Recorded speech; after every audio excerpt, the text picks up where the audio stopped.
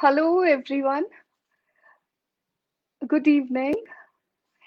Welcome you all in Poetic Explorations, organized by Himachal Academy of Arts, Culture and Language. Welcome to the world of poetry, mysticism. Welcome to a beautiful world of hills, rills, imagination, creation. Welcome to an enchanting world carrying numberless mysteries, carrying deep layers, deep caverns of unexplored. This world of poetry is waiting for you, waiting for us.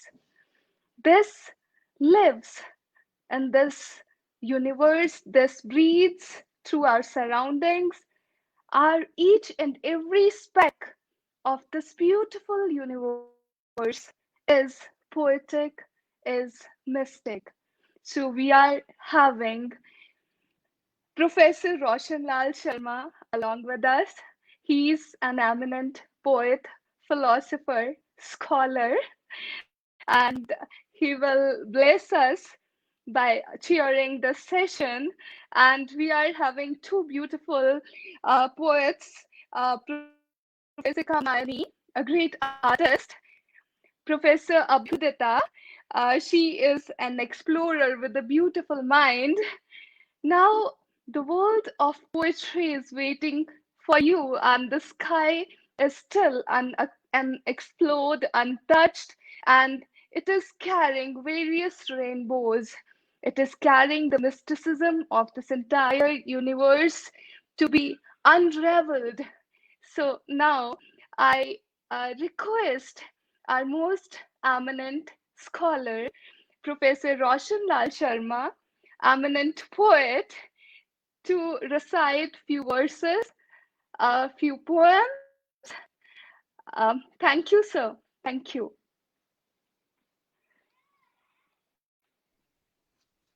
Thanks very much, Priyanka. Appreciate that nice introduction.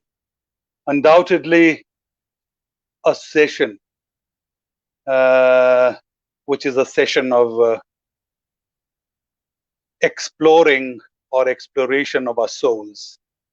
I'd like to put on record my thanks to uh, Language, Art and Culture Academy, Himachal Pradesh, in particular, Dr. Karam Singh ji, for yet another opportunity in this 89th episode of Sahitya Kala Samvad, uh, which is really keeping us so alive, so entertained, and so inspired during these oppressive corona times. Thank you very much. So, without any ado, uh, I think I'm going to have 12 minutes, and all of us are going to have 12 minutes each. So, here I go. The first one. The title of this poem is Veena of Your Voice. Veena of Your Voice. There is this beautiful couplet by Nida Fazli in Urdu. I'd like to recite it in Urdu first because I've translated it. खामोशी आईना बन जाती है खामोशी आईना बन जाती है तेरी आवाज नजर आती है. And here I go. For Nida Fazli, the beloved's melodious voice reflects in the mirror of deep calm. As for me, your mellifluous voice seeps gently through thick, layered darkness of dull, dreary, day-to-day rut, assuming a form smooth as a stream. It is visible. Its melodic veneer has multiple hues.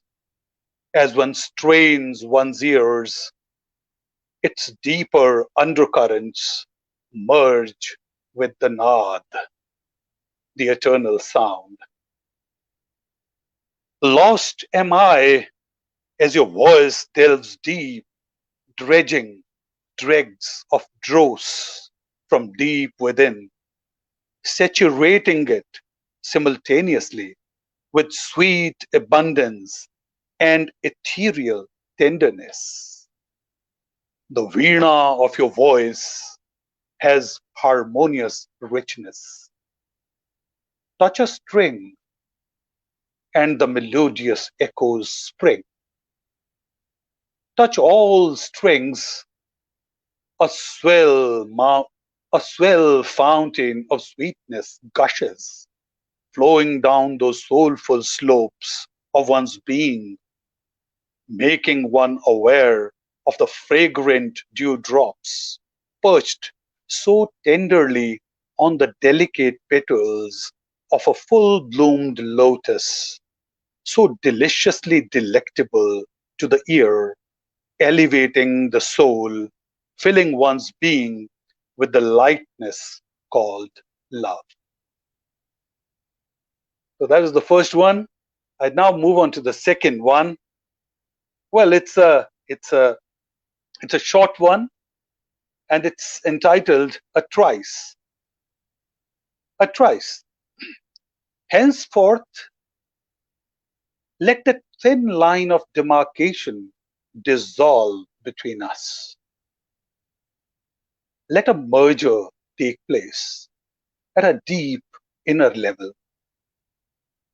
Never spell it out as expression becomes a limitation. Just feel it happening in the eternity of a moment where we live and die in the same breath. Now is the mantra of our being as we know how to live millennia in a trice. Well, move on to another one. Faces.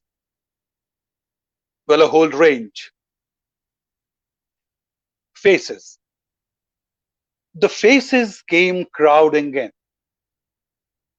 Painted faces, fragrant ones, buoyant faces, and shriveled ones, dead in life and sensuous ones, bewitchingly captivating, and blooming faces, gloomily grumbling and carelessly cool faces, stiff, stony ones, and spiritually serene faces, ones that would invite and others that would entrance. He saw them all playing, displaying, replaying through and through antics, skills, faces capable of cultivating, simulating, exhibiting.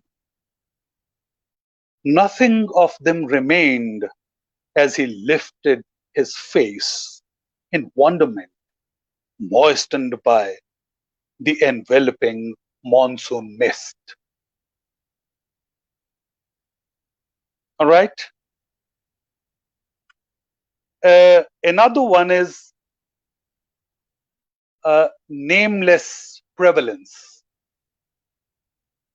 Nameless prevalence. You feel as you see the propinquity, sheer intensity of that presence, born out of a relationship unnameable. Tenderly, you want to touch the epicenter. You get restless, upset as you realize the vacuum within and without, an effort gone waste. You don't even find a clearly defined periphery. You get caught in the maze as it's hard to reconcile with the empty space. No dimension. The air gently filters through your dark, cascading tresses, fanning the roses beneath your eyes, and you feel it. You touch a fluttering leaf, and the sensation electrifies. The air is still there. The air is still there. You feel the song of the bird somewhere deep within, and you know it's there all the time without periphery or center. So let the contours of your consciousness embrace that prevalence. Believe me, dear, it's bliss that may or may not stay. Yeah, I'm mindful of time as well, so I'll move on. Another one is Kal Ratri, which is one of the forms, of Navdurga, literally the dispeller of darkness, hailed as the destroyer of ignorance. Kal Ratri is the title. It was Kal Ratri, raging, roaring wrathfully, battering his body with boorish branches, hostile, razor sharp leaves of barbarous bans. Bans are oaks. He had no choice but to move on, slowly piercing through deadly, devastating storm, conscious of bruises on his beloved's vulnerable bosoms.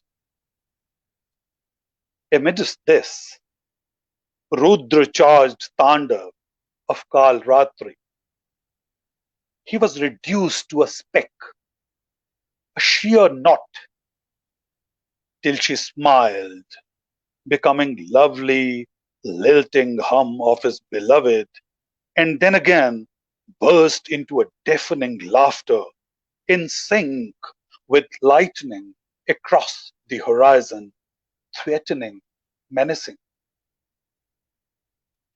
This mystical interplay of fury and supernal calm went on till it dawned, filling him with awe and wonderment.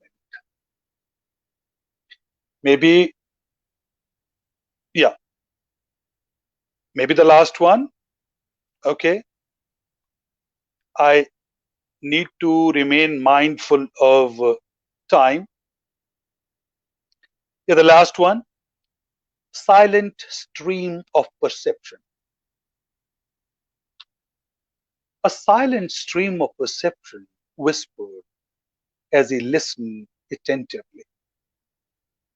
Happy Valley, along with the slowly sinking sun, bade adieu. A hazy, grayish pink glow of the sunken sun lingered a while and was gone. A chilling gust of January wind caused a shiver as he moved on. The grass rustled, monkeys grinned, sparrows chirped. He was aware of each moment in all its glory. Sleep, dying.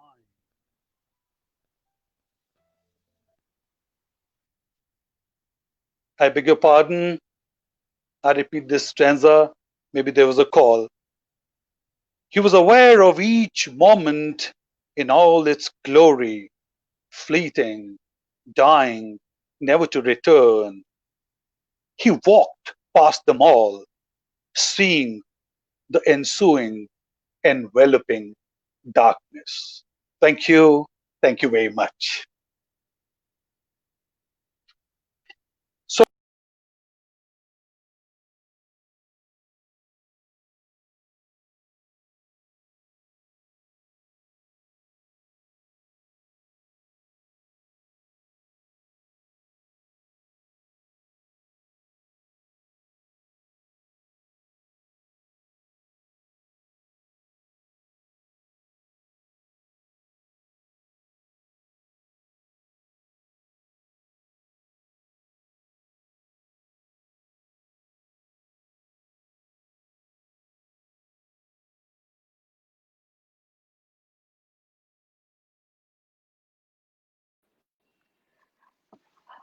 Good evening, everybody.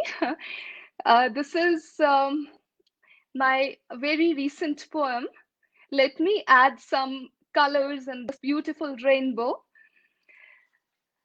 During the time of pandemic, one thing happened. Many people came back to their native land. They came back to their roots.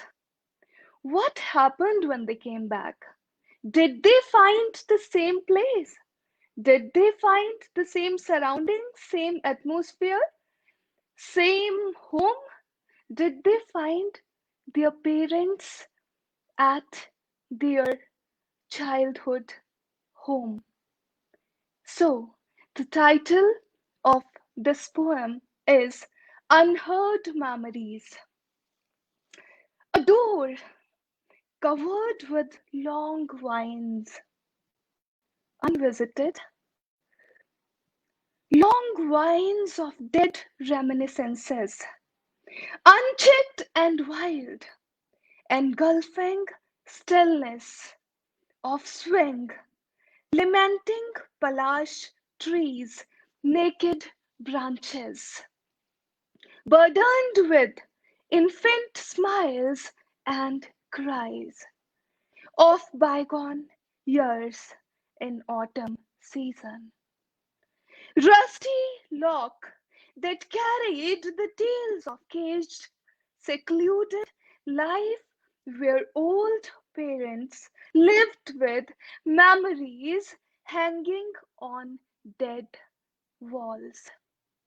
I sense, I sense something struggles to move out of jammed doors, a deadly silence, unfathomable, entering eternal layers of unconscious mind. I hear a loving voice. Is this coming from within? I run to feel the tongue that speaks, face that manifests, the loving symphony of life. I struggle to reach the touch that unfolds unspoken tales of deserted parents. Living in deserted house with dead watch, steering walls, blur photographs hanging like dead memories, I pluck grass and haunting vines with naked hands, panting and puffing, trying to catch a breath, still air, where no kite of childhood could fly. Steering hills, tree, spectator of changing seasons, shattering fathers, easy cheer, dejected and dilapidated, moans and sighs. I rush to feel the voice, Ma, Papa. I repeat again and again, unfolding the measureless miles. I hear again, Beta. I struggle with rusty edges of jammed door. Who will reside in forlorn cottage? I sit on the floor. Repentance flows through eyes. Tears of lost springs, frozen winters, and fallen autumn leaves. No one lives here. No one lives here. A neighbor says, I shout. I revert back. My parents, my home, my life lives here. It lived here. I felt my parents, my country, my home to come back empty handed after 15 long summers. I entered the house, dirt multiplied by silence, childhood memories echo endlessly, guilt pressed hard on my chest. I struggled to breathe. Oh, why am I alive? Home is full of spider webs, layers of desolate ties, shrieking indoor plants, tight threads alive. but autumn never left them. Solitary place was an abode where ma knitted warm sweaters. I studied in solace of that high hill where after me no one reached.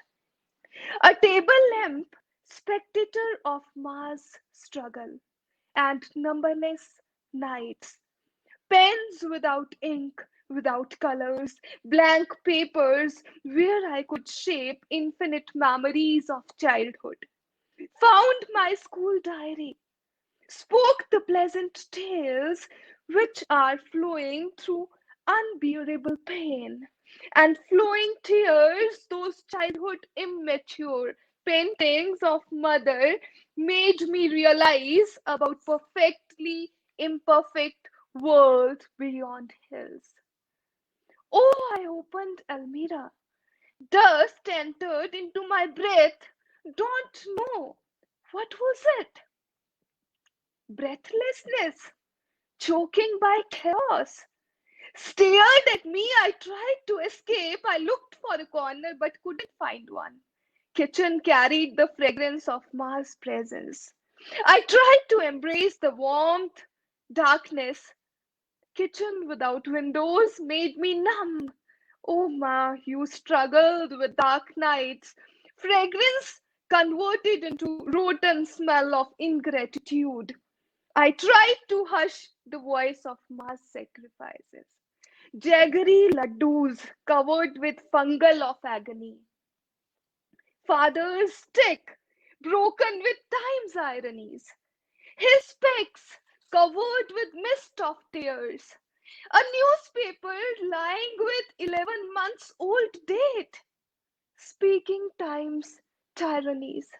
Wall clock speaks volumes with dead hands, staring constantly at door now silent, numb, like my parents. A search is always going on inside the deep layers of mind. Within mind, heart roars outside calm, inside shouting, searching for serenity in beautiful disguise, peeping through mysteries of heartless kind, stony eyes, compassionate sighs. Don't know what is behind, don't know what is behind. I came back after 15 years. Neighbor says they struggled for life. Your parents struggled for life, waited endlessly till they died, waited endlessly till they died. Thank you. Now, the second poem is related to a cancer patient. What a cancer patient feels exactly when he goes through that feeling of death before living life fully. So, the title of the poem is Unfathomed Treasures, Diary of a Cancer Patient. Spring seemed gloomy. Leaves of breath were falling, as if autumn in heart, but never to bloom again. The day news came of my death, death of moments unlived, relationships unloved, words unspoken, roads untrodden, songs unsung, kiss unkissed, touch untouched. Everything wanted to breathe, everything wanted to breathe through my heart. But my heart died, body became skeleton. No gleam in dead eyes. All the sights cried. Oh, what I valued was mortal. What I valued was mortal. Ego dashed to ground, yearned for love, sighed for emancipation, enslaved in my dead body. Enslaved in my dead body, My soul felt petrified. Closed and dark world, rays laughed at my dark self. I I colored the walls gloomy, black engulfed all hues, tried to outdid dark caverns of my heart.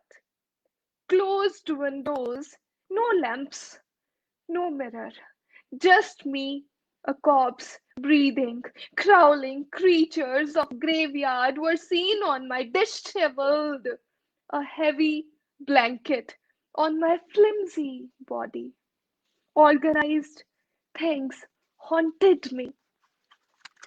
Relatives came with tearful eyes, distressed gestures, as if saying goodbye to a dead. No one came with life. Everyone lamented my death before the stopping of breath. I opened the dimmed eyes, but closed the vision. Didn't want to discern the gloom. Oh, painful chemotherapy! Enshrouded existence! Why didn't you leave my breath? I didn't want to live agonizing life.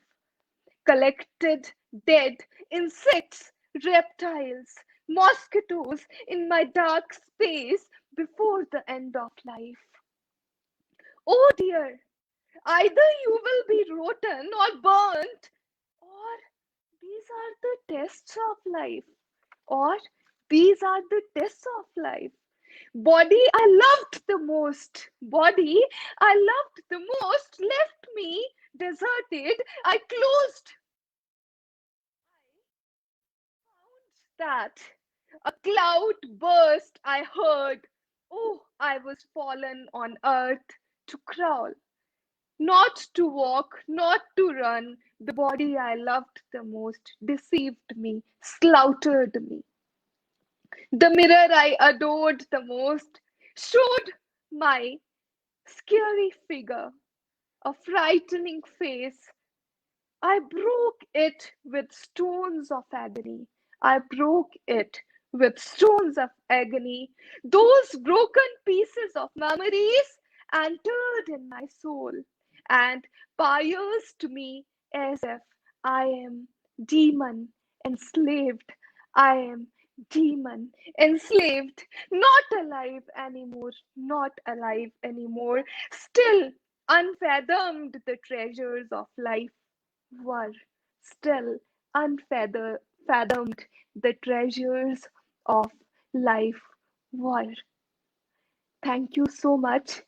I want to thank Professor Roshan Sharma and Dr. Karam Singh asked me to organize this program, and I requested these eminent and most respectable poets to join the program, and they accepted my request. I'm really thankful to Professor Roshan Lal Sharma, Dr. Kamaini, Dr. Abhyudita, and now I think they will add more hues to this beautiful rainbow, and this poetic evening will be more colorful with these beautiful poets. Thank you so much. Thank you.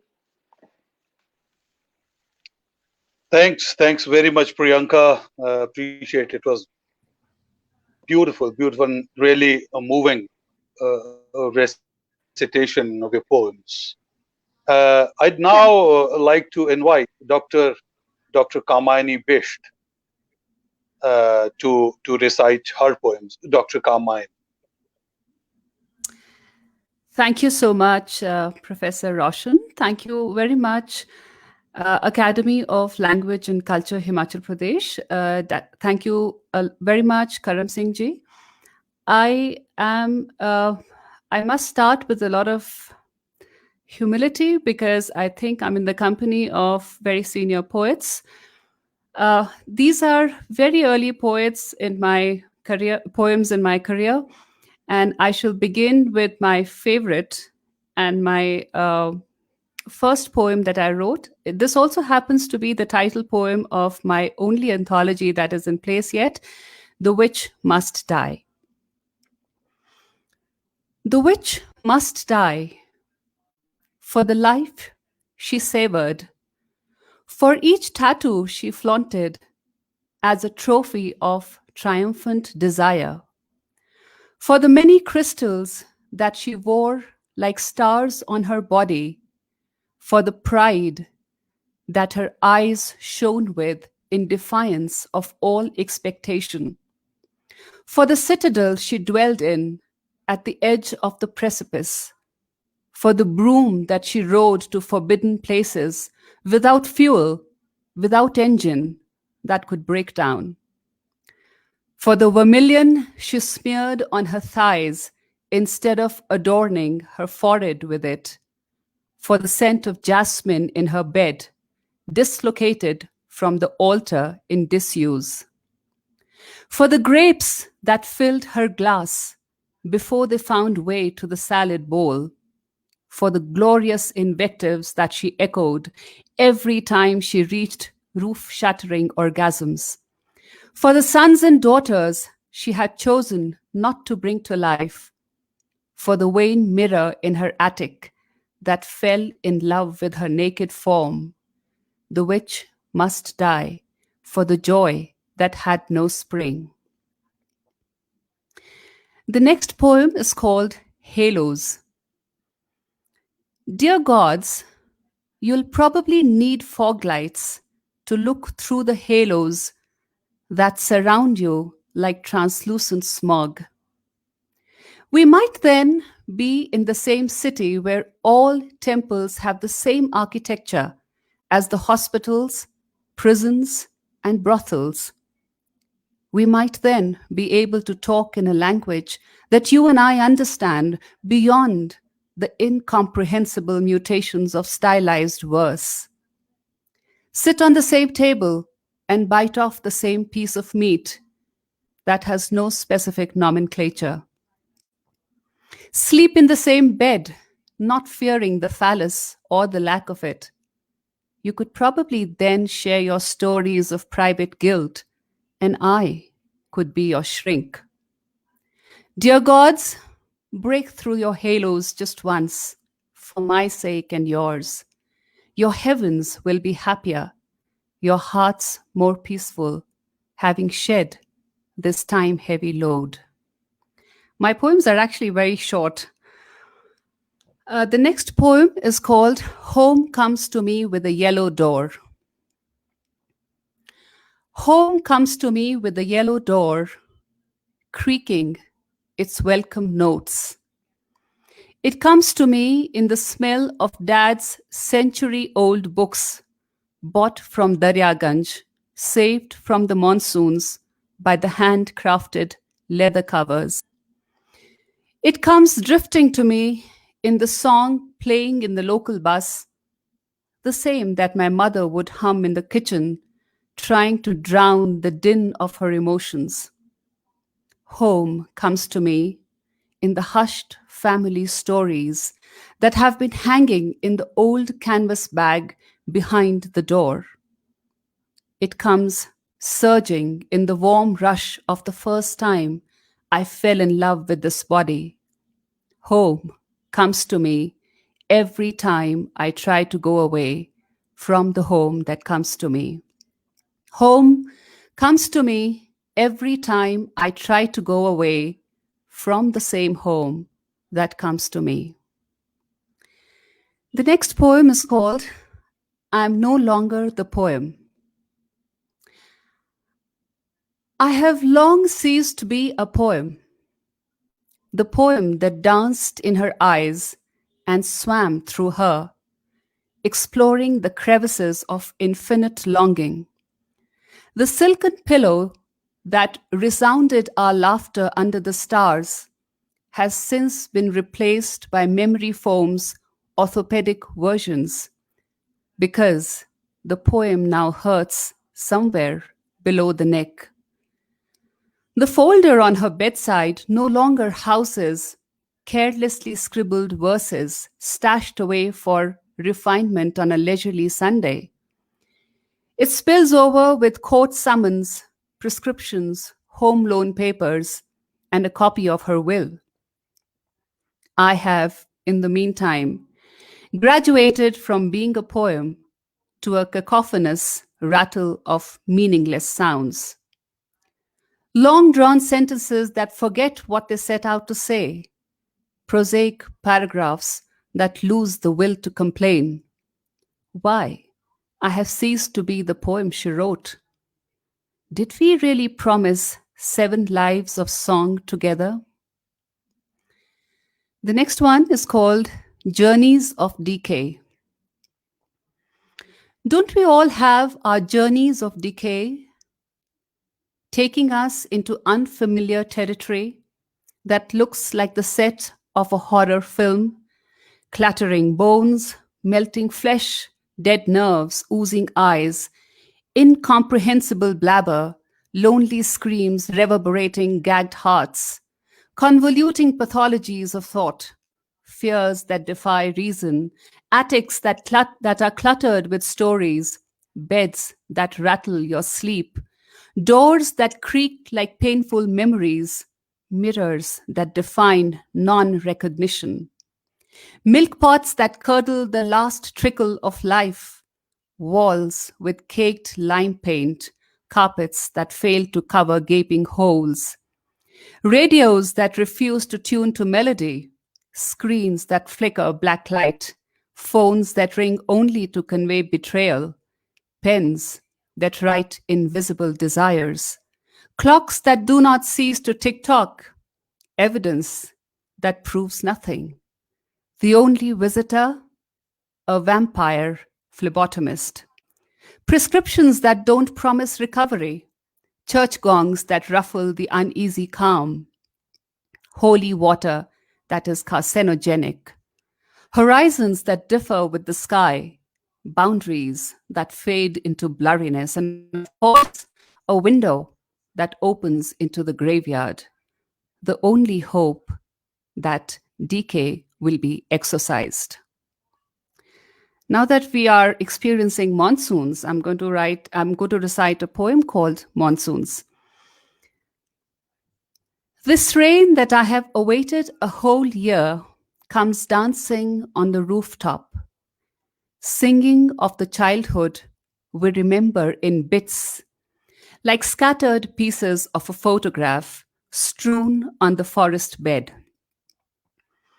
The smell of earth decaying with squished earthworms and slugs, of the school shoes that never dried, of the muddy water of the puddles we danced in, of the yellow raincoat worn over the bag to keep the notebooks dry, of the times when we had to play in covered alleys between houses and were sometimes groped through wet frocks by uncles who were concerned that we would catch a cold, of the spectacular sunsets from the balconies before the night could startle us out of our sleep, thunder that promised the next flash of lightning to hit the roof above our heads, and of a hand that went up the skirt while we were allowed to pick apples in his orchard. Scattered on the forest floor are pieces of innocence that lie in restless slumber, to be woken up every time the monsoons arrive. Since the lockdown began and the curfews were set up, I wrote 2 poems about quarantine. The first one is called Curfews. Curfews unite us in strange ways, binding us in one epic narrative of exile, sending us all on voyages of quest, victory, and defeat, every soul into his own, to meet the monsters and the fairies in the unexplored corners of homes they have lived but not known. These must be the great Himalayan caves that the rishis retired to, These also the tumultuous oceans where Odysseus met the lotus eaters and survived the Cyclops, Circe, and Calypso. These must be the Panchvati that Sita met love and death in. These must be the battlefields that uncovered deceit and strategy.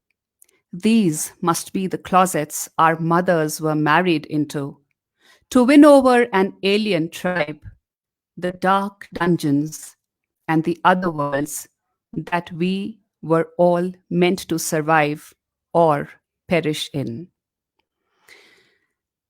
The next poem is called Before You Lock Me Down, and this should also be my last poem. Before you lock me down, let me run up to the last tree and sing to the birds that song they have taught me. Let me sneak into the backyard and deliver to the safety of the earth this seed I have long carried, hidden from ravenous famines, in the innermost pocket of my bosom. Let me paint the fence white, let me smell the pine needles, and take in rhododendrons. Let me tell the road to coil itself up and not tempt me with long epics of wanderlust. Let me tell the blue sky there are other shades of blue I'll be wearing in the coming days. Let me show the breeze the cracks in the door so it knows where to find me. Let me tell my letterbox not to be forlorn, the mountains to wait for me, the river to carry on. Let me call up the ambulance, tell her not to stop by my door, because the dreams on my pillow have just found a pair of old wings that don't agree with curfews and refuse to be daunted by epidemics. Thank you. Thank you very much, Kamani. That was really, really powerfully, jolting, challenging, and of course, deeply satisfying as well. Yes. Wonderful. Thank you very much.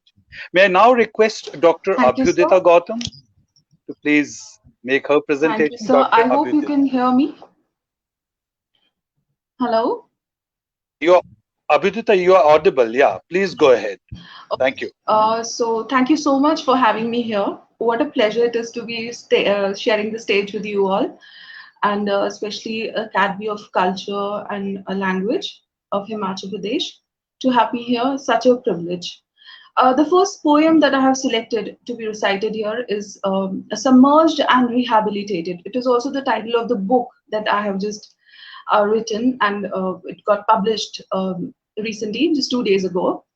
This is a story of a Bilaspur town in verse. This is a story of Bilaspur town in verse, which was submerged.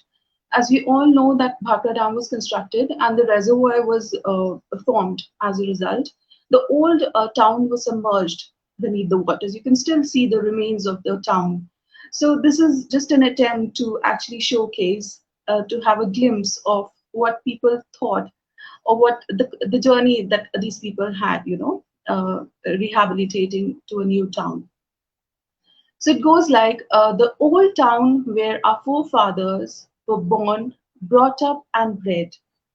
The endless Sandu ground, Sandu is the name of the ground that you see there, and temples now stand desolate on the river bed.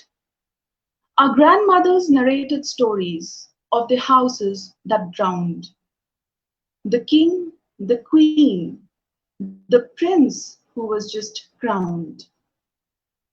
They had the memories of the homes and hearts submerged, the people tree, chalk of the town where all the paths converged. Their thoughts travel through the lanes and the crossroads. The non, as you can see, the source of water, the non was where all women gathered to shed their emotional loads.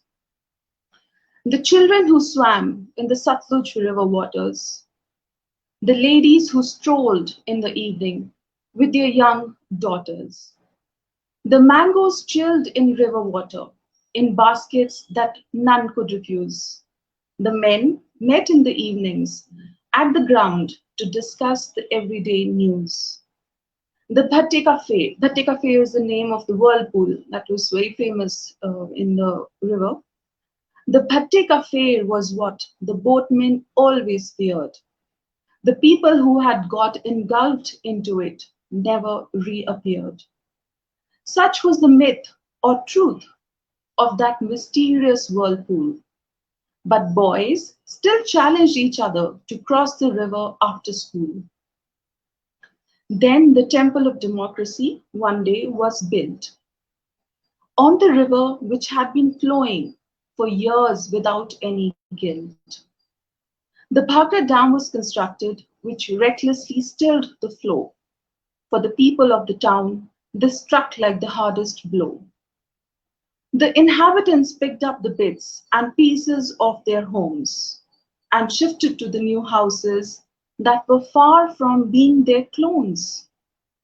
The new township was rehabilitated, right above on the hill perched. The people witnessed the town and their own homes being submerged. The waters rose higher and higher and gradually turned into a lake. The mortal remains of the town was all they had to forsake. Near the lake of the new town stood the Nahar Singh temple with a red flag. Earlier, people, to fulfill their vow, walked up from the old town on the road zigzag. The new town was clean and neatly divided into sectors. It was a planned one, designed with new road connectors. The old neighbors were allotted plots that were far away. Now they met once in a while, casually on their way. The new generation liked the new town and the completely changed life. The middle-aged men and women too took the change in their stride. However, for the old generation, it was a symbol of their sacrifice. For them, the submerged old town will always be their lost paradise. The next poem is it's a kind of a man versus nature theme. Not theme, but of course the subject is quite uh, it's quite reflective of the way we have been perceiving modernity here. But then, of course, nature shows that it is most powerful. So the title of my poem is High-Rise Building and the Mountains.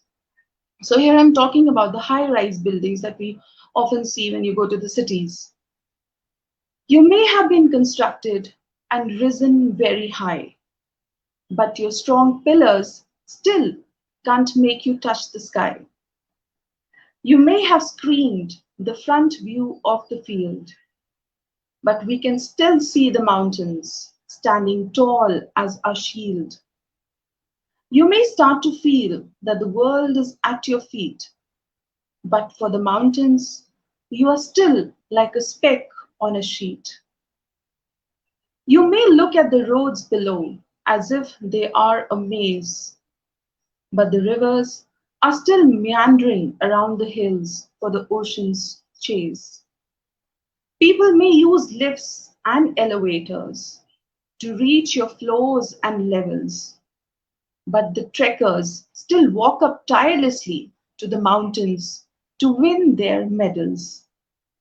You may be built to resist the hurricanes, earthquakes, and tsunamis, but the mountains still stand majestically, enduring all these calamities.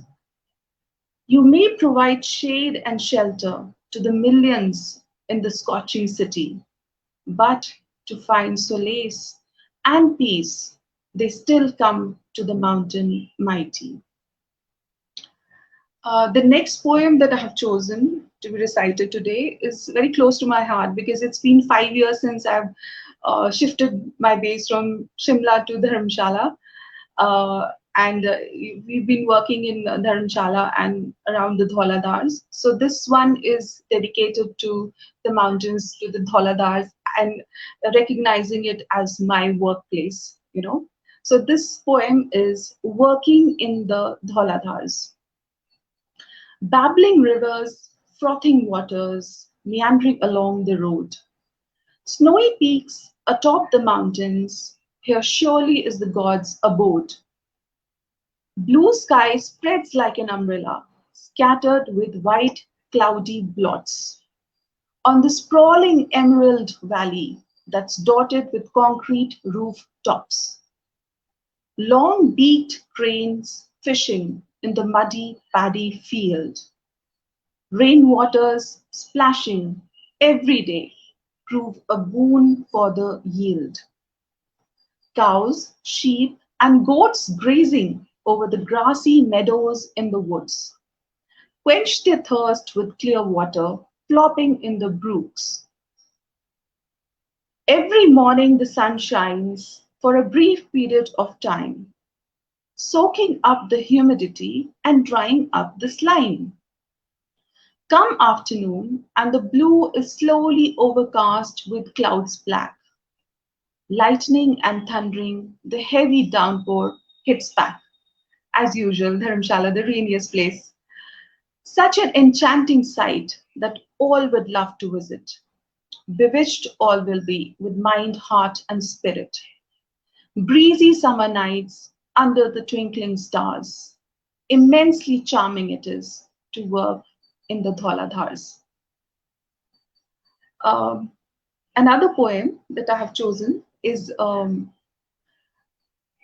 Machinder Mahadev Machyal, the fish temple. This temple that we had visited last year, and it was such a mystical place that I had to pick up my pen and start writing. And it is a place where there is a small reservoir, and you can see the fish in the clear water.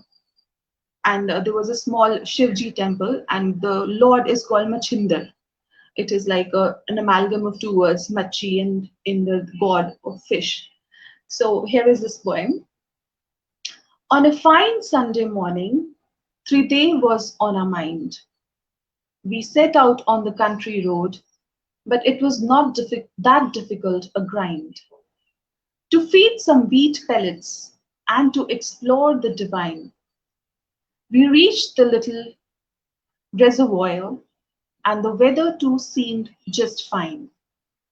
As we arrived, we saw the village bell washing the clothes on round stones. Their holidaying prodigy frolicking around them like cyclones. You know, the kids were like taking rounds of the ladies who were washing clothes. They carried the washed clothes tubs on their heads. A sight was enchanting as we moved ahead. A man sat on the water banks selling some gram. We bought a few packets for him and went near the small dam. The fish we saw, the fish we saw, long and slim, dashing through the crystal clear water stream. They were like mermaids, soaked in the sun's rays, and looked nothing less than a dream. We fed the fish to their fill, greedier we were to have their glimpse. The children played in water as, in the background, the temple speaker played hymns. A few meters away, the peculiar Fauji tea stall lured the customers to sip tea. Under the huge banyan tree, the village folk sat and gossiped, followed by a laughing spree. The bamboo tree stood, green, shady, and erect. In this temple, tranquility and peace seemed like a sect. Bidding adieu to the Lord Machinder, we left with a note to visit again this pathfinder. I think I can recite another poem if I have some time. The last one. The last poem that I have chosen for this session is Be Alone. To know what it takes to be alone, be alone. A beggar whose bed is the sidewalk sleeps alone. The hermit with bundled tresses on his head wanders alone. The old mother waiting for her son to return lives alone. The sage who bears the harsh climate on the hilltop meditates alone. The watchman who inspects the streets at midnight walks alone. The lunatic who adorns the soiled clothes on roads thinks alone. The devotee who sits for hours in the temple prays alone. The boatman making a headway against the tides rows alone. The farmer toiling hard in his field in blistering sun reaps alone. The sun that shines daily like a furnace burns alone. The moon that ignites the passions of the lovers shines alone. The mountain that remains unshaken by an earthquake stands alone. The river, hoping to get merged in the ocean, flows alone. So that's it. These are all the poems that I had chosen for today's session. And over to you, Priyanka ma'am and Roshan sir. Thank you for listening. Thank you very much, Dr. Abhyudita. Uh, Thank you. Thanks very much. Thank you, sir. With that, we come to the end of the session. But before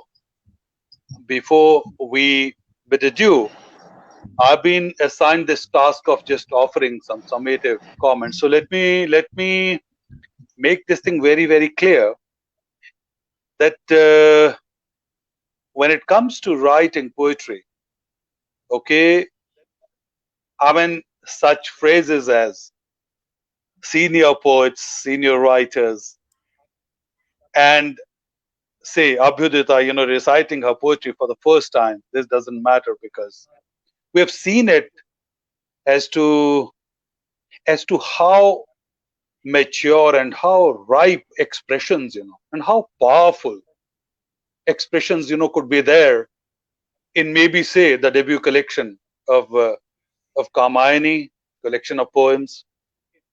And to begin with, say for that matter, Priyanka started off, with that uh, beautiful journey back in time, and just lighting up before us that memory, that space in the memory, And I was through and through reminded of Kamla Das as well, okay, who's written that beautiful poem, My Grandmother's Home. And but what Priyanka has done is, I mean, there was this rich connect with the ethos, and rich connect with the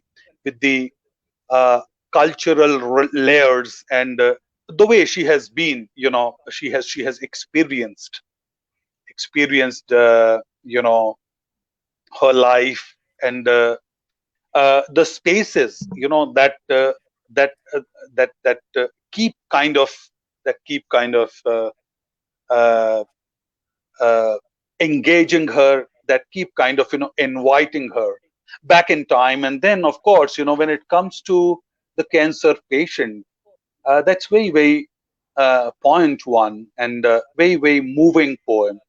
The amount of compassion and empathy that comes through such poetic attempts is really really remarkable. So thank you, Priyanka, thank you very much for that. And then we have Kamayani, and Kamayani is I mean, it's such a bold experimentation, and this modernist note, and this, I mean, the fundamental nature of this kind of poetry is to jolt you there in your complacence. So the poetic poetic idiom can really be challenging as well as instantaneously transforming. So I had the opportunity to go through her debut collection of poems, and after going through such a richly penned, poetic pieces, uh, one is never the same person. So I mean, it's kind of it's transforming, honestly. Very powerful, beautiful pieces, short poems, but really powerfully hitting poems. And then we had Abhyudita, and initially, prior to the session started, she said, "I'm doing it for the first time, but let me tell you, Abhyudita, that you connect with the ethos, Himachali ethos, and wherever you have lived, I mean, the sheer depth and intensity with which you connect to the locale where you live, and your layered situatedness. I mean, it comes so alive and so powerfully. It comes to us that, I mean, such portrayals are really memorable. And this particularly Bilaspur town and verse. I mean, something now on. I mean, if as I pass through Bilaspur, as I do almost every fortnight, my thinking about that beautiful lake is going to be a bit different, and I might possibly think about it, taking a cue from how you connected with it, and how you brought, the old Bilaspur town alive. Thank you very much. And then this Machundar Mahadev, it's beautiful. I mean, you have that uh, beautiful capacity to not just to relate to the locale, but to make it your own. And particularly, I mean, the images that you use, they are so lively that one feels them deep down. So it was a really, I mean, a rich treat of you know various poetic explorations. And let me tell you that uh, uh, I would rather request Priyanka that such uh, uh, explorations should keep happening, and such poetry recitation sessions, particularly in English, should should take place, more often, because we have young poets and senior ones as well, writing in English, writing poetry in English in various nooks and corners of Himachal. And I think, I mean, this effort of art, language, and culture academy is really laudable. It's deeply appreciable, and I think this must go on. So I think we need to bring alive uh, as many poets as possible from different parts of Himachal. Thank you very much, Priyanka, for making this happen, and thank you very much, Dr. Karam Singh. Thanks for providing these opportunities so often.